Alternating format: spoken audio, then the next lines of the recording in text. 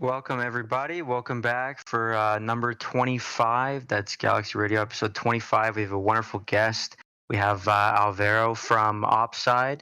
That's who our AMA guest is for today. For those who don't know the format, and obviously for those who do, you guys will be used to this. We actually start the day with an AMA guest that goes for most of, I would say, of the portion of the hour, usually around like 30 to 35 minutes. A nice, good educational discussion. And then after the AMA section is finished, I'll stay on with you guys for the remainder of the hour. Take sometimes 5 minutes, depending on the content.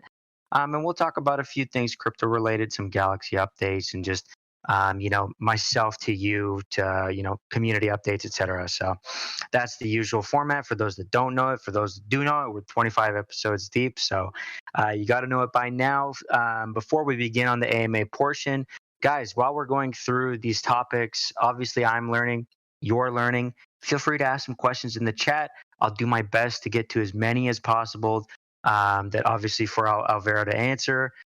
This will be a great discussion today. Opside is a super cool project that I'm very excited to learn about today. As someone who was I'm always on the verge of being, fully tech savvy when it comes to projects, but I always feel like I'm quite missing something. So I might need to clarify on a few things. But with that, Alvaro, please feel free to introduce yourself, say hello, let us know a bit about yourself. All right, thank you so much for the introduction, Duncan. So from my side, I'm Alvaro Fernandez. I'm business director at Opside. So at Opside, what we're building is, in a nutshell, what we call it is a decentralized zero-knowledge proof rollup-as-a-service network that features ZKP proof of work mining, okay? This sounds quite buzzwordy, but I'm going to be introducing quite a bit in terms of why and what we're calling it this way, what we're doing exactly, why we're doing it, and I'll try to give a little bit of insight in terms of general ZK technology, what's going on in the market as well, and so on and so forth. So a little bit background about myself. I've been in the industry for almost 6 years now. First 3 years I was spending in the venture capital side of things, so mostly looking at investments between 2017 and 2020. After looking at so many pitch decks, I got a little bit tired of that and I thought, why not build myself? So I endeavored a little bit on building on Ethereum DeFi landscape in 2020. And right now, since early this year, I joined with Opside, given the personal high interest in zero knowledge proof technology and quite an interesting approach in terms of what we're building. So just to decode a little bit on the buzzwords. So when we're talking about ZK RAS, for many of you, it may be the first time. Some of you may have heard it a couple of times. It's nothing else but zero knowledge proof rollups as a service. And the way you can look at it is that at initial stages, scaling based on ZK proofs was provided as an ecosystem, as a hub, where you don't really have the customizability. But we're seeing with a couple of examples already from Immutable X to DYDX chain that there is a certain demand on having a certain set of sovereignty, customizability, and it really depends on a case-by-case basis on every single application, what's being built, and so on and so forth. But there is a demand for customizability. And there was a bottleneck in terms of being able to have this customization features, because essentially what we're looking at is that application-specific chains. And if you're looking at application-specific chains combined with a sustainable technology like ZKPs, well, there's a lot of computing power involved. Zero-knowledge proofs are a cryptographic process that is fairly intensive from computational power perspective. So up to pretty much now that we recently launched our test environment that many of you may have tried already, this was not really possible because of this very specific neck of applications having to deploy their own custom chains or custom rollup environments with that set computing power, which is a disqualifying factor. But so this is a little bit of what we're building at Opside. The way you can look at it is as an open stack in terms of scaling environments for applications and developers to deploy, compared to most of the other approaches that are rather application-centric scaling environments or different like layer 2 hubs like the ones that you already know. Of course, of course. So yeah, I can already tell, like right off the hop, for those that will be not so, I guess, tuned in to this area of things. There's going to be a lot of terms, a lot of words that you guys might not get, and we can cover those as well. For example, if you don't mind, for those that don't know what something that is zero knowledge proof is, could you give us that quick explanation for those that won't know that? Yeah, so to put it in a not too tech savvy nutshell definition, what you can call or how you can see zero knowledge proof technology is specifically applied to scaling. It's a process that allows you to verify a different environment, such as a layer two, down to a base chain through a cryptographic process, which is encrypted through the process itself and can be verified in retrospect. So once a proof is submitted on a block on a base layer, anybody essentially can come back and verify that proof and see the validity of the state of that Hmm. layer two. And Yeah. some of the benefits, of course, given the scaling, is that the space on a specific block is much smaller compared to the initial, let's say, batch of transactions that proof is composed of. So the sum of all those transactions or of that state of that layer two would compose a lower capacity of the block than if you were to compose or to deploy all those transactions on a base chain. So behind the block is nothing else but a way to scale in a decentralized, Mhm. efficient, and sustainable way. Of course, yeah. So it always goes back to scaling at the end of the day, and that better solution. So we'll go right into the first question that we have for you guys today. When it comes to Opside, what role do you play in the development of ZK architecture for scaling blockchain? Yeah, so this is quite a broad topic actually. And when we talk about like scaling blockchains or bringing the next 100 million users, the way I like to look at it is that there's quite some history behind it. So since I personally joined the industry in 2017, there's been like three main transitions I would denote. And the first one was what used to be called the Ethereum killers back in the Yeah, day. yeah, So of a different set course. of blockchains that would have a certain set of features and advantages compared to a programmable ledger such as Ethereum in itself.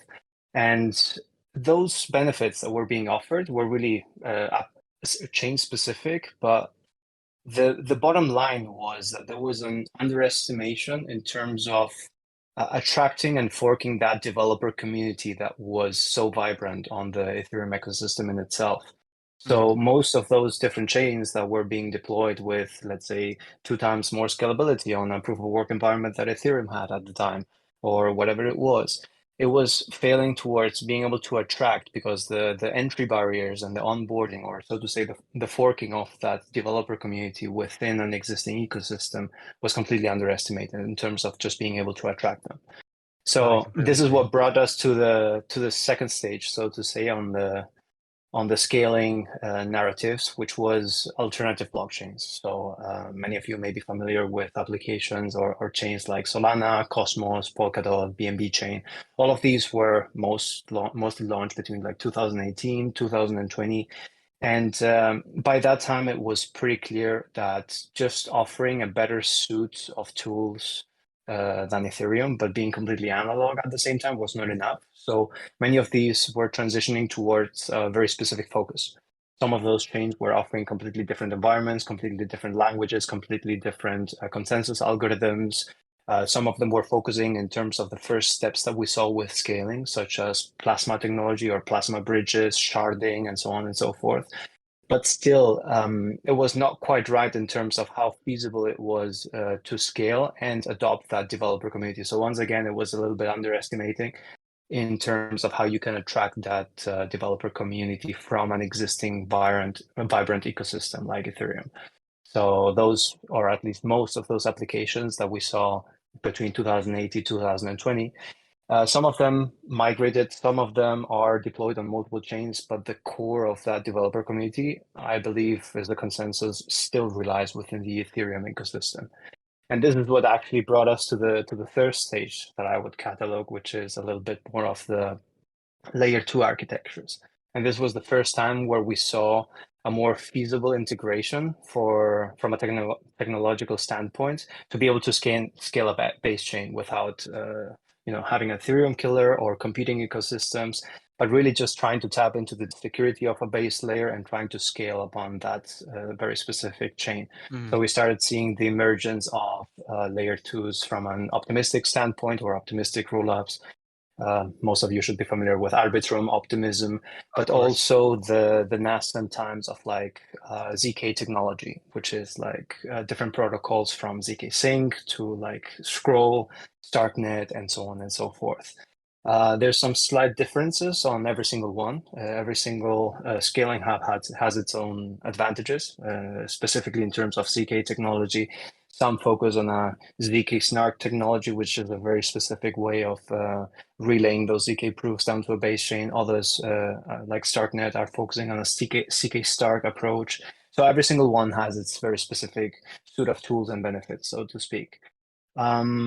However, this situation, which brings us basically at where we are today in 2023, is a situation where taking a step back in terms of the whole ecosystem that we're seeing, EVM compatibility, Ethereum, different scaling environments, what you're having right now, and I think it's not to be denied, is a little bit of a competing environment between those different layer twos. So all those different scaling environments, which are application centric, are having a fair degree of competition between one another, trying to attract those different, let's say, prominent applications to be able to deploy on their layer, and trying to persuade with different means, whether it's from grants to technical improvements and so on and so forth. But once again, we're in a situation where the scaling is really applications centric. So everybody's trying to scale a chain, in this case Ethereum, but nobody's thinking about the developers and the applications which are building on that chain. And in the end effect, who needs the scaling is not the chain itself, it's actually those developers, those applications. And every single application has a different approach, has a different need, has a different transaction throughput, has a different customizability that they could demand.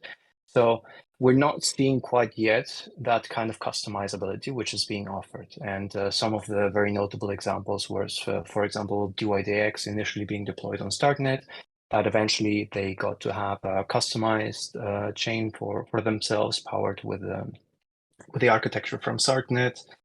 Immutable X, which is going in that direction as well. So we're starting to see a little bit of a trend and first signs of demand towards those kind of needs. And the thing is that it cannot be ignored that prominent or very established applications like DYDX can probably achieve that and can probably circumvent bottlenecks such as computing power, which would require to secure an application chain or a custom rollup chain like that. But the vast majority of applications don't really have that kind of like advantages or say size to be able to provide that for themselves. So you can say that there is a need for suit or tool for customizability that can offer those applications and those developer teams to really scale on demand, or basically what we're building at Opside, which is an open stack of completely agnostic, whether we're looking at base chains or scaling architecture that is just focusing on the demands from those different applications. Yeah, so essentially you're giving that option in the sense where kind of they failed to fork these communities. You're making it a lot. Would you say you're making it a lot easier for this I'd say in the stage that we're at now? Because as you mentioned, obviously we had Ethereum, and then through the timeline we had obviously Solana, etc.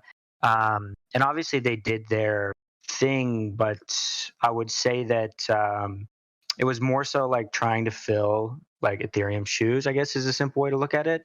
And now I feel like at this stage where we're at, we have a lot of different chains, like you mentioned, that are competing, doing their own thing, but I feel like have not kind of passed the line. Like in that sense, if that makes sense, what I'm saying.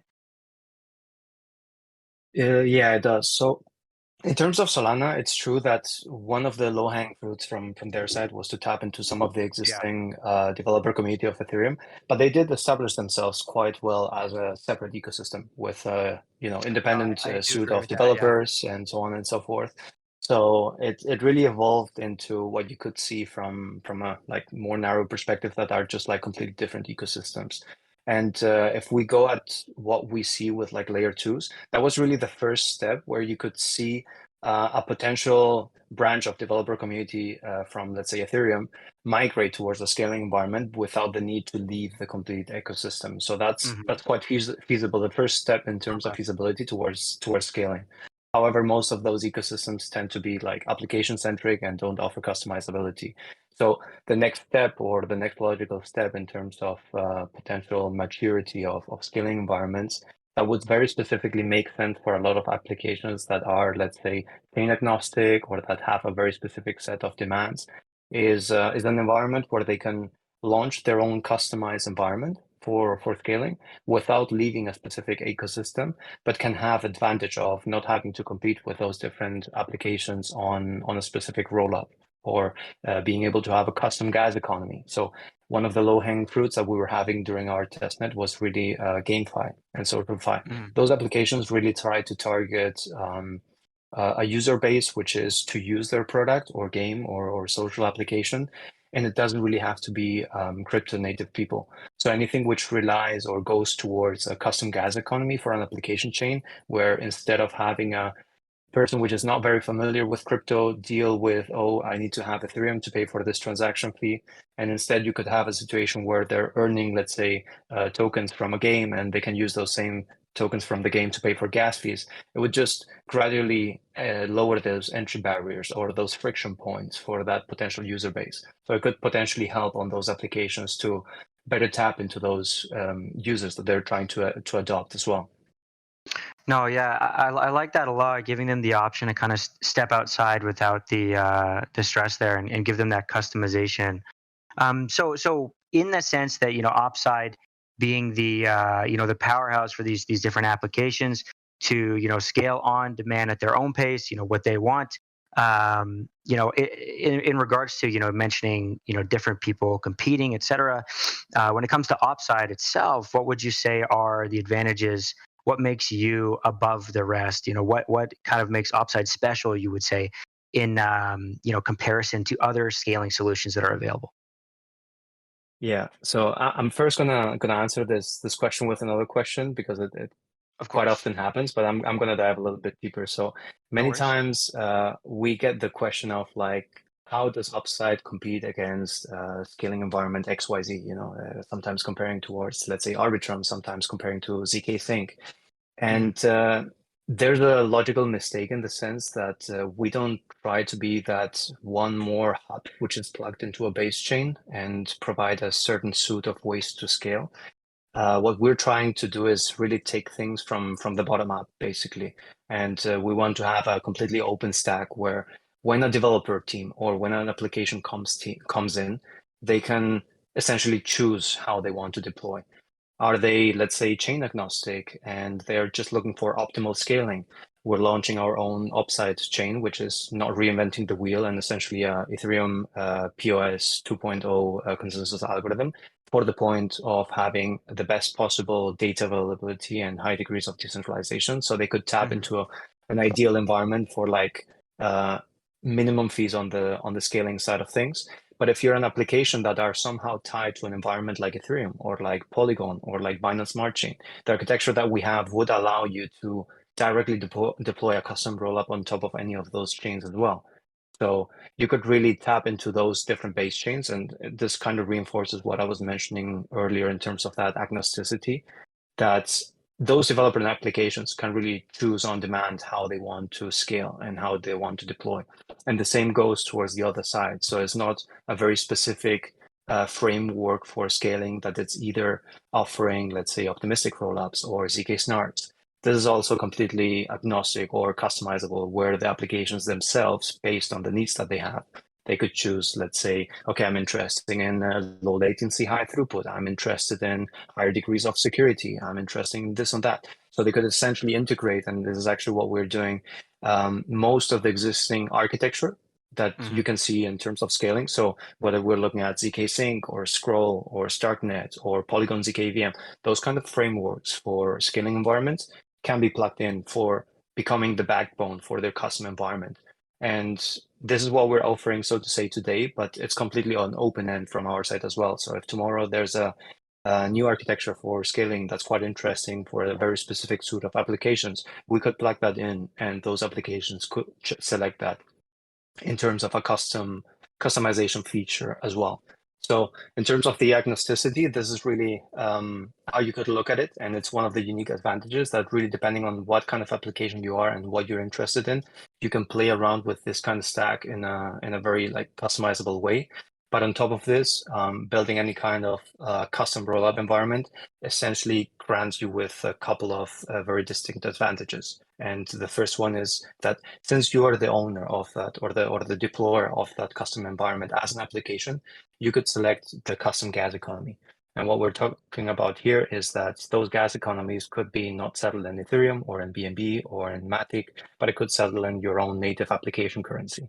And this is something that, as I was briefly mentioning earlier, you can see quite some demand from a, let's say, gaming or GameFi perspective, because most of those users that they're trying to tap into are not really crypto native, for example. Of course. Another thing in terms of advantages that you can look at is zero gas fees and zero gas fee environment, or what we call gas exemption. So since there's not necessarily a competition with different applications within a custom environment, as long as you're not doing any kind of cross-chain, one of the innovations that we're implementing is basically from a user perspective, a suite of contracts that can be accepted from gas. It's a bit similar the way that you would sign transactions on a base chain like Ethereum right now, but with the features of value transfer and some more. So this is quite interesting for, let's say, high throughput applications. You know, if we're talking about derivatives, decentralized exchange that needs to have various transactions ongoing, coming and going as well, this could be quite interesting. And yeah, it really depends on a case by case basis, but the advantages are quite a few compared to many of the different environments. In the end, the way you can look at it is that those applications have a sovereign environment over that scaling environment compared to any framework which is set in stone for applications to opt in or out. And one of the cool parts about what we're building is that everything wouldn't really make sense if an application would be completely isolated. So part of the key incentives here or interest to explore at the time was to be able to allow for communication between applications. So we deployed a system that allows for cross rollup communication. So to give you a brief example, if there's, let's say, a DEX aggregator like 1inch on a custom rollup, and then you have two DEXs such as, let's say, Uniswap and PancakeSwap on different rollups. Yeah. A user could be tapping into those different protocols on different rollups with basically one single execution. And it's not only for looking at the state of those different rollups, but it access into the actual liquidity and transfer the value. So as long as you're having different rollups deployed on the same base chain, based on the precompiler contract, which is essentially the contract that would be launching those custom environments, users can be communicating and transacting within different applications from that one single rollup that they may be tapping into. And this is quite crucial for applications that have any sorts of interaction with other applications. In the end, it was part of the reason why Ethereum was flourishing like it flourished at the time in 2020. That composability that we saw with different applications farming on top of each other, building on top of each other, was part of really the reason why things flourished the way they flourished. So cross rollup communication was really something that we had to crack, and we actually successfully cracked it. Are about to deploy it on our test environment as well, and yeah, quite excited That's about that. exciting. Yeah. Do you have like a release date or anything on this, like new timeline or? Yeah, so for the last few days, we were busy with the proof of work side of things, which I can go in a little bit. But for the release rate on the cross rollup communication, we're looking at about 8 to 12 weeks from here. Okay, that's pretty exciting. Yeah. So we're gonna definitely, hopefully, see in maybe end of quarter three. Very cool. Yeah. Yeah, this is some exciting stuff. I really like the customized gas economies and zero gas fee environments you mentioned. I think that there's not enough that I see today in regards to that with a lot of different projects talking about scaling. And you mentioned how plug it in or do your own thing. It just reminds me of like why start a business in a country with rules when you can start your business in your own country with your own rules. Which is, I guess, in my way, a fun way to compare it. Before we go on to the next question that I have for you, I noticed as well Alex Cat in the chat has a question. One of the benefits highlighted, as you mentioned, obviously, is the possibility of a zero gas fee. You mentioned a little bit in your explanation of how it works. Would you be able to go into just a bit more detail on that zero gas fee environment and sort of exactly how that works for everybody listening? Yeah, so I must reinforce here that it has certain limitations. So Of anything course. with would income cross communication or bridging cannot be performed in terms of zero gas environment because it does rely on base chains. But if we're talking about a specific contract within a rollup, which is to be executing a certain function, that rollup can be subventioned from the application itself, which the gas economy of which is basically on their own native token, and can provide from a user experience essentially nothing else but a gas exemption from the user side. So that's a little bit the way it would work. So it has a certain set of limitations, but for functionality that incurs towards interacting with this very specific app, it could be more than enough. So as long as it's not touching, let's say, a settlement towards a base layer or anything like that, you could essentially provide this. And one of the reasons is the lack of competition and the allowance to have a custom gas economy as well. Okay. So as long as it's not going too far and you're interacting within this specific space, you can achieve that point, obviously with limitations. Okay, now that makes sense. Correct.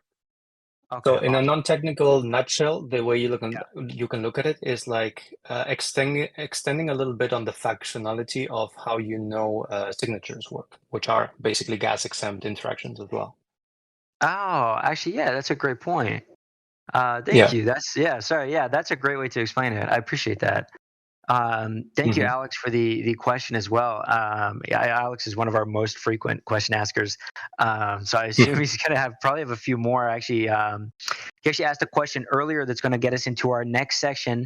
You mentioned, obviously POS, POW, a few terms like this towards the beginning. Let's talk a bit about the POS and POW hybrid consensus that Opside has adopted. Can you please elaborate on this?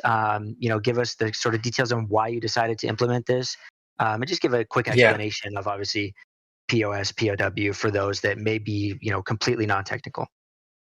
Sure. So this may sound a little bit confusing at first, but the way I like to split it up is, as I was mentioning, one of the ways that you can deploy on Opside is on the Opside chain base chain.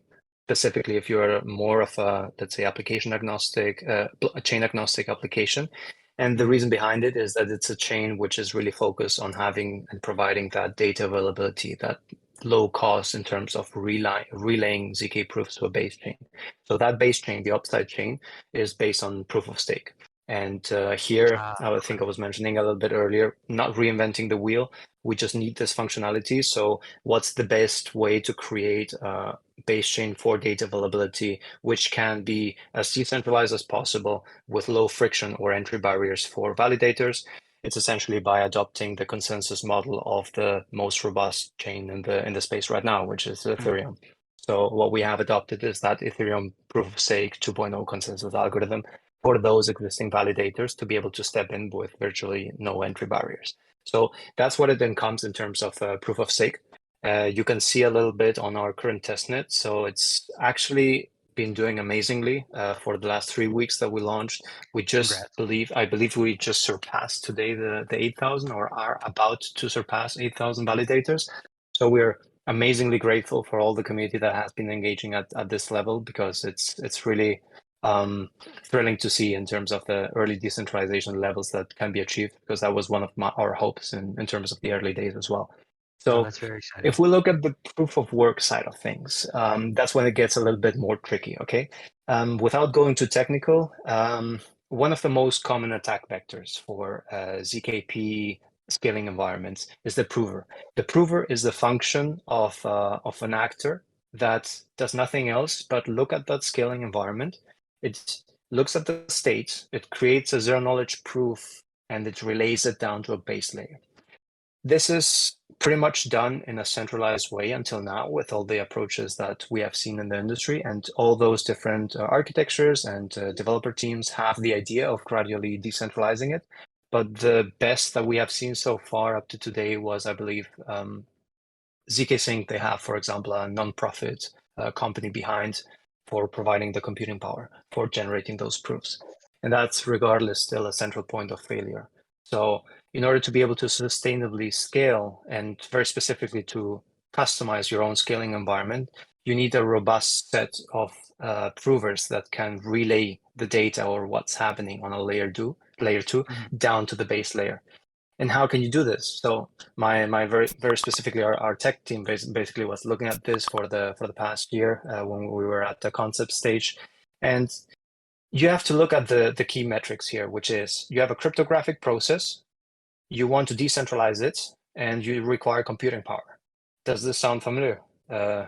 In terms of Yes. Bitcoin, if we look at the consensus algorithm, it's exactly the same. We need Mhm. computing power to crack a cryptographic algorithm that needs to be decentralized. So what made the most sense from our eyes was to implement nothing else but a decentralized marketplace in between that base chain and those layer twos or those custom environments, roll-up environments, for those computing power providers or those actors to step in, provide the computing power, and generate those zero knowledge proofs.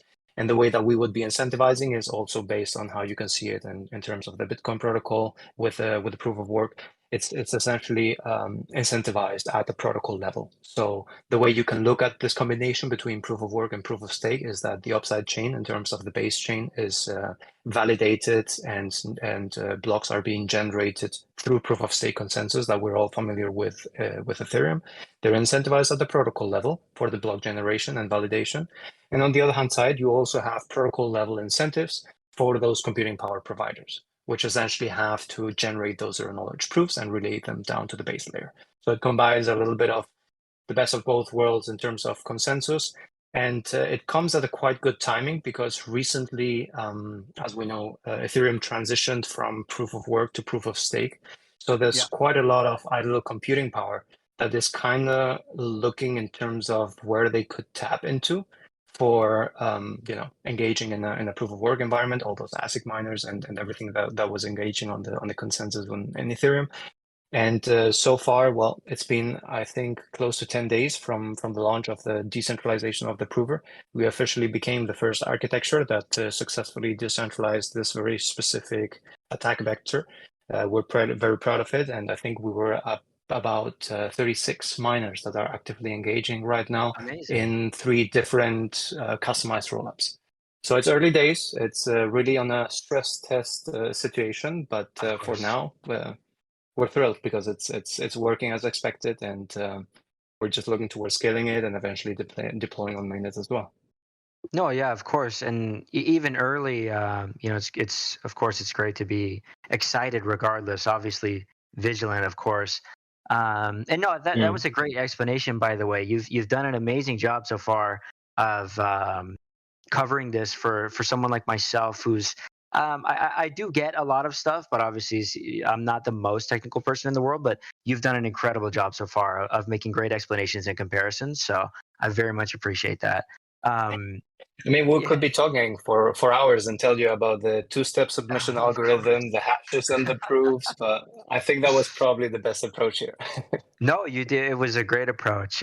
It's given me a great understanding of what you guys are doing here, especially when it can be very daunting for a lot of people, right? Who feel like they're often told, "Hey, I need to understand what I'm investing in," right? But sometimes it's very hard to understand those very high level Yeah, pieces, right? So, yeah, that's what we're here for, right? We're here to talk about it, help people understand Opside, and get people involved in that sense, right? So. You did mention towards totally. the end of your explanation, of course, that you were one of the first architectures to decentralize this. If you had to compare yourself to any other projects that are doing something similar, or other architectures, who would you compare yourself to? Yeah, this is a tough nut, man, as well. So, with a different approach that we were taking, as I was mentioning, like instead of being just one single hub, trying to scale with a very specific way, and trying to offer Of that course. composability, that open architecture, that agnosticity towards base chains, towards like different architectures that you can adopt. I could like categorize it into 3 different categories, but it's really, I would tend to say a bit of a unique approach in terms of like the sum of features of what we're offering. But in simple terms, One clear example or comparison was like application-specific chains. So at the beginning of the AMA, I was mentioning like Cosmos, Polkadot. The approach that those kind of chains were taking were a little bit more towards the customizability, right? So all those Yeah.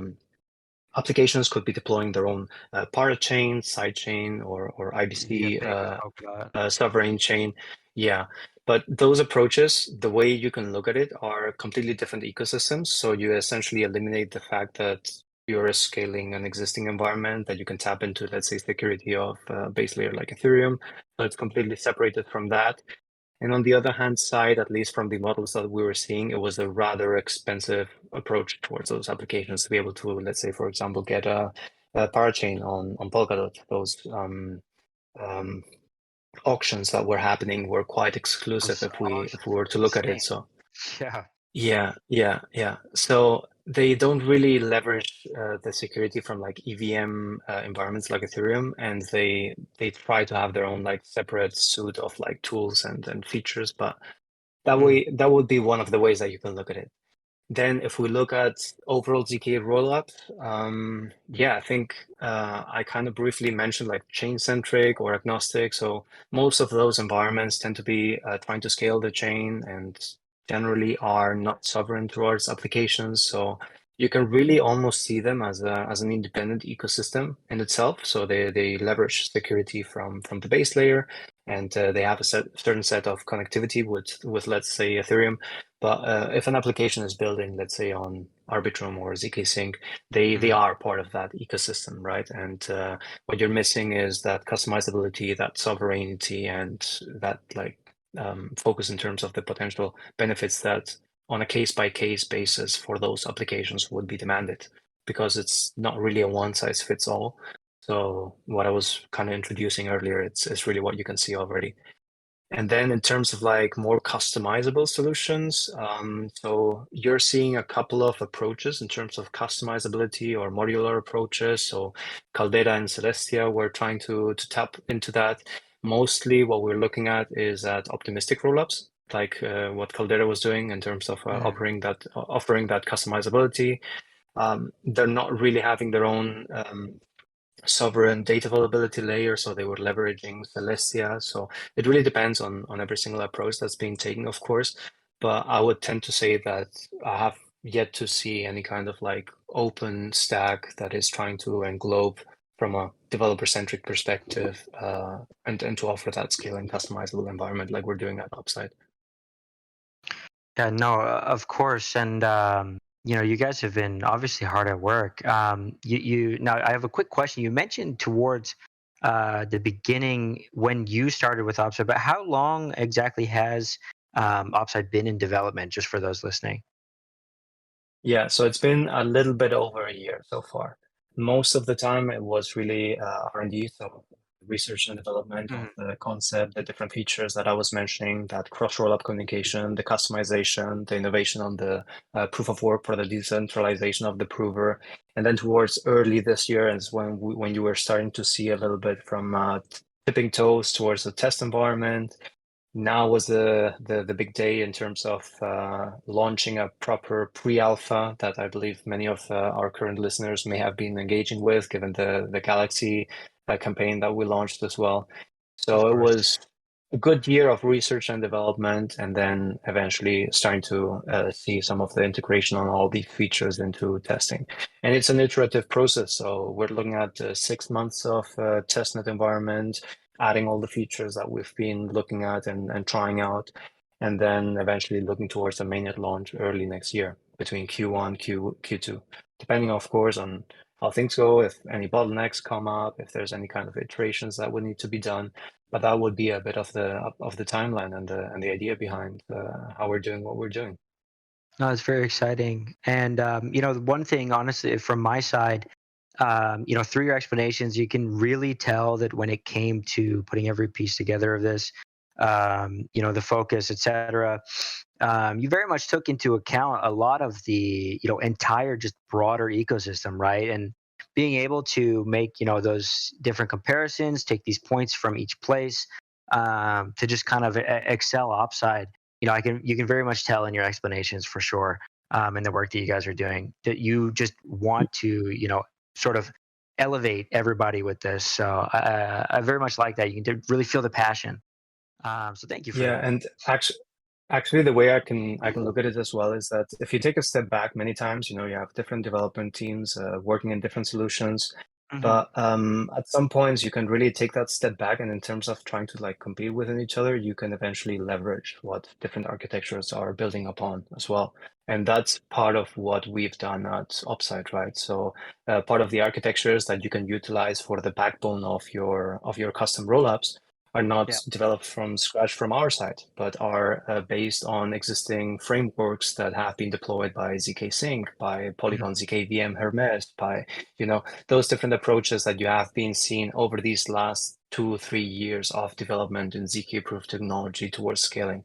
So trying to plug all those things together and just improve that user experience or developer experience is maybe one of the logical steps to take once we have been tapping and deploying and testing different approaches for enough time like we have done already. No, I completely agree. And it kind of in the heart of crypto in general, we all kind of started in this one spot, right? And the framework was there, and someone thought, well, what if I do this, right? Or how can I take this and make it better? And it continues to evolve. The snowball keeps rolling, obviously. And yeah, I agree with you in the sense of like, obviously, we use the word competitor in quotations, but personally, even from our side of things. Um, it's not about competing, I would say. It's just about being better for everybody, right? And if that involves somebody doing what you're doing and also working in a different aspect, maybe different features, et cetera, maybe they're focusing on something different, that's totally fine because it just shows how someone can excel in another area and give you an example of a framework that could work for yourself, obviously, just as an example. Correct. Correct. Yeah, and I really like that philosophy, and was what we've really kind of tried to focus on ourselves here at Galaxy, because obviously we have competitors like everybody else, right? But quotations, right? Because we're all learning at the end of the day, so just trying to make the best product we can for the people. So I Yeah. appreciate that. So you've done a wonderful explanation of everything Opside today, but as we go to sort of the end half of the AMA today, let's talk a bit about the current ongoing Galaxy campaign that you mentioned. This has been very exciting. I did mention this actually last week live at the end portion, the Opside pre-alpha testnet carnival. Could you give us the sort of idea and direction that you guys were aiming for, and what users can expect with this campaign? Yeah, so as you can see, there's quite a lot of features that you may have not seen very often that essentially we've been iterating and kind of trying to innovate to piece all of Hmm. this together and provide a better experience for developers. So it was really vital for us to be able to stress test all of this. And just launching a testnet is not really enough. You want to have the applications deployed, you want to have the validators joining, you want to have miners from a POW perspective, you want to have users trying those applications out. So being able to stress test all of this was part of our real interest on this stage. So Hmm. yeah, my co-founder and CMO had the idea eventually on a potential engagement with a Galaxy campaign for what you see today is the Opside testnet carnival. And it's completely surpassed our expectations. Like I can really say that part of the success that we're seeing in the testnet is totally thanks to you guys at Galaxy, because it has provided that spotlight and attractiveness towards many of these testers and users that we're seeing today. And we're super grateful for that. So the idea behind it is really to provide a framework which you were successfully able to provide for user incentivization and be able to showcase all the features that we were having. And this is exactly what we're witnessing today. Amazing. That's exactly what our goal is at the end of the day, right? Is to lift that up, right? Give that opportunity. So, and get those users guided in the direction where they might not even know they want to go, right? They might test this out, get involved, and bam, they're learning something new, right? So very exciting. Really excited to see these numbers as well. 28K on the campaign. That's amazing. And my final question for you here, also in regards to the campaign as well, and this is also just was mentioned in the chat as well by Fidelicus. Thank you for the questions. I was also going to ask this, but we'll say it's from you. You mentioned obviously, in alongside this campaign, users will know that loyalty points are going to be translating into early participant rewards. upon the mainnet launch. Obviously, this is a bit of time away, of course. And everybody Mhm. always at the end of the day asks the question, when token? You'll probably hear it a million times. But is Opside planning to launch a token? If so, what's the utility of it? What is the goal of it? And what can users expect? Yeah, so first of all, to address in terms of bots, this is actually part of what Galxe has been able to provide, which is not only verification from the different campaigns and tasks and activities, but really provide that filtering. And what kind of links towards the when token question is really the loyalty points. So we hinted at the very beginning of the launch of the pre-alpha testnet that loyalty points gathered by users would translate into mainnet tokens, and this is part of our effort towards creating that open system, which is aiming towards a decentralization aspect as well. So Mhm. incentivizing early users that are, as I was mentioning a moment ago, literally giving us a hand and helping us out on stress testing the test environment is exactly what we're considering. And the way you can separate this is not only from a validator perspective for all the validators that have been stepping in so far, not only from a prover perspective, which are the miners that have been stepping in, and not only from an application perspective, which are also vital to be able to test everything out, but essentially from a user perspective, which is the vast majority of participation that we're seeing through Opside, through Galxe on the Mhm. Opside test environment. So these loyalty points that all the users are being able to gather are going to have a conversion rate that's, apologies, I could not go more into details over here, but No worries. it should be incentivizing more than enough for those different early participants. So yeah, I would definitely stay tuned for that.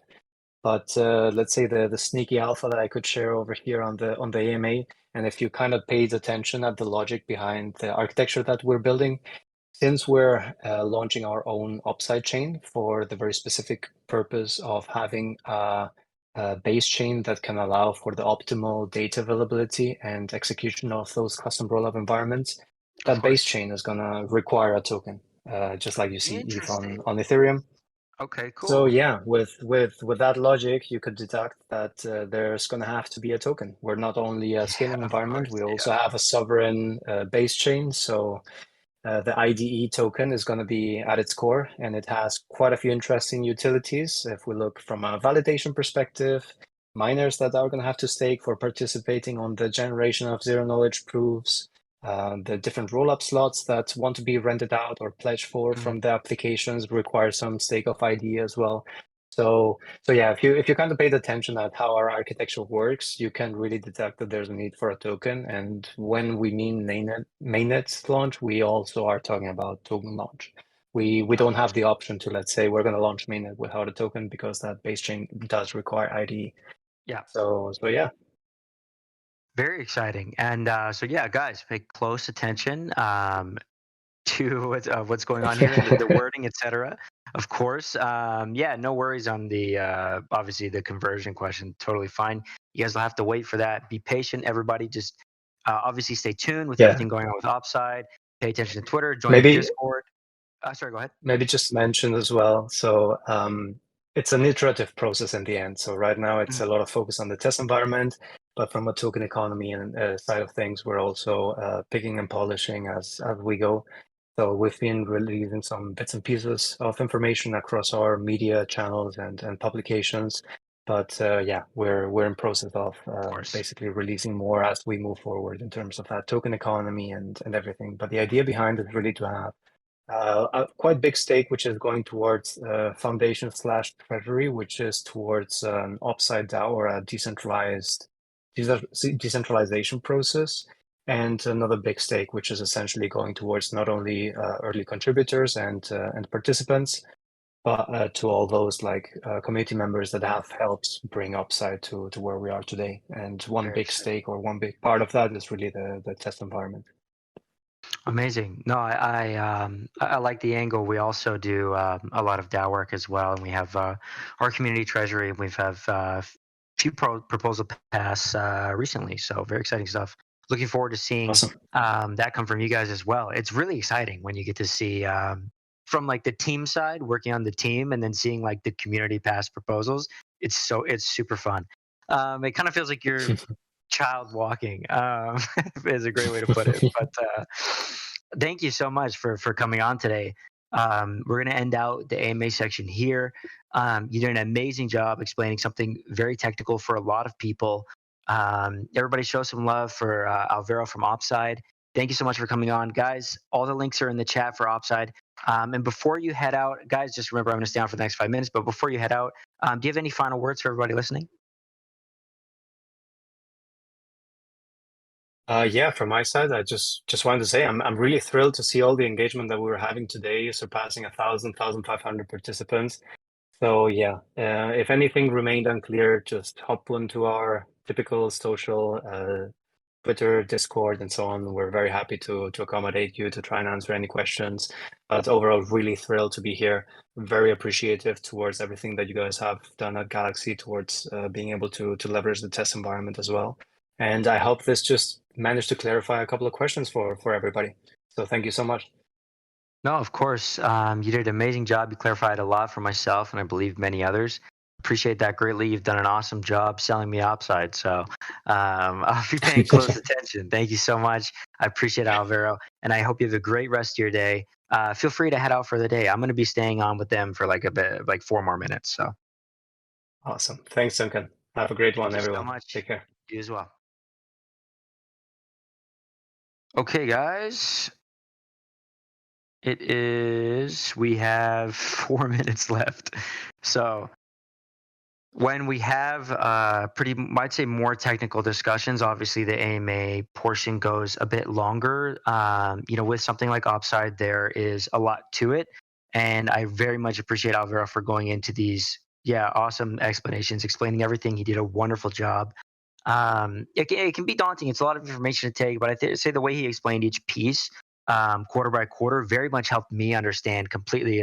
I know a lot of small pieces, I would say, but often sometimes piecing it together in my head can be a little bit tough. So it's about how we learn, right? At the end of the day, we all learn differently. So I think that was a great experience, hopefully for you guys as well. But with that, obviously, we're on the second half with 3 minutes. So I'm not going to be able to go through everything that I did plan to talk about, obviously, in 3 minutes. Still, regardless, this is very exciting. I just want to mention this as we got 3 minutes left. We minted 50 million NFTs. We've done 50 million NFTs minted on Galxe, which is incredibly exciting. To this day, I still can't believe it. Being there when we had like 60 spaces and now there's 2,400, it's crazy. So I linked it in the chat there, the tweet. Go show some love, guys. Thanks for being along for the ride every week. I've been here with Galxe for about 1.5 years, and it definitely changed my life a lot for the better. So I appreciate getting the chance to chat with everybody here. This has been some super cool stuff. Another piece of the pie from the Galxe side. We have a cool new Sybil credential, actually, that has been released alongside Exonomies. Enhance your campaign success using this credential to prevent bots from being rewarded and boost your campaign's ROI by analyzing wallet activity across multiple EVM chains. And there's a note there as well to remember users must earn a 40 plus score to prove eligibility.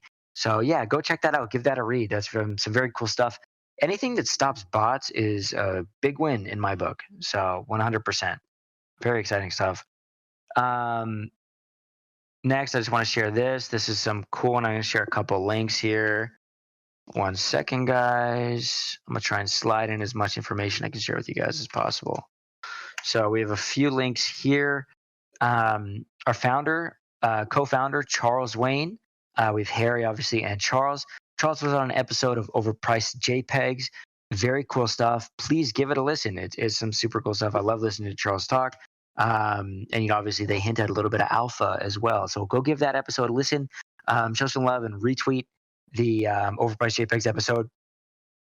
That was some really cool stuff. Of course, as well, we have another one here. The campaigns of the week, I believe I linked. No, I did not link that. Apologies. Let me link that one here for you guys. Go check out the campaigns of the week, of course. And you have one more week left for the Galxe ETH faucet as well. So I believe there's one more week of that. So if you guys are interested in getting involved, 2000 GETH giveaway. That thread that I linked will tell you how to get started. So go give that a peek. You got a week left. And yeah, I definitely cannot get through everything. Oh my God. Let's end off here. I'll save some stuff for next week. I'll save a few pieces for next week. Let's do it that way instead of rushing. So yeah, I'll end off here. Thanks again, Alvaro, for joining. Amazing discussion. Love everything Opside's doing. Show some love to Alvaro in the chat. Thank you, Ilya, for the support every week, of course. Thank you for the listeners for coming in every week and hanging out with us and chatting and learning about different projects. Appreciate you all. Stay tuned for some cool stuff. We have some awesome things brewing in the community. We're consistently working at doing more fun things for you guys. Checking up on governance, discuss, learn, grow, get involved with the community. And if you want to know how to get involved, just ask and chat, and someone can help you out. Appreciate the cadets and everything you guys do as well. Appreciate everybody. Thank you so much. Hope you guys are enjoying your week, and I will see you next time. Thanks again, and goodbye for now.